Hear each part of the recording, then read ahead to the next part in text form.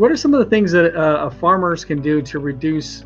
But obviously, you just mentioned GPS, soil sampling. But what are some other things that farmers can do to reduce their input costs or fertilizer usage?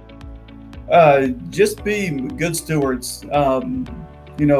Soil sample, and I think we're talking on this before we got on the call here, Jim.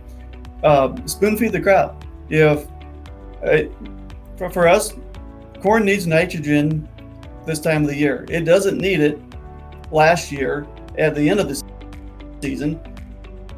So we don't do a fall application, do a pre-plant. Same thing, because we're sandy. Because nitrogen's not going to hold in the soil.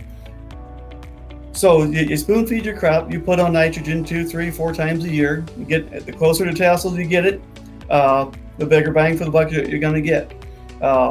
So yeah, we've got applicators running right now putting on more nitrogen. If you put all 180 or 200 units on up front, and then you get the 5-inch rain that we just got here in the last week, it's gone. The nitrogen leaches. And then some guys have issues with the EPA.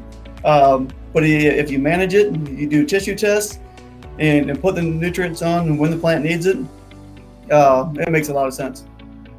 Yeah, and one thing we've noticed with Cuminacea is that it helps keep that nitrogen in the root zone for longer. But you're right. I mean, if you're just dumping all of your nitrogen on the beginning of your season, most of that is going to be leaching out or running off during rain. So, right.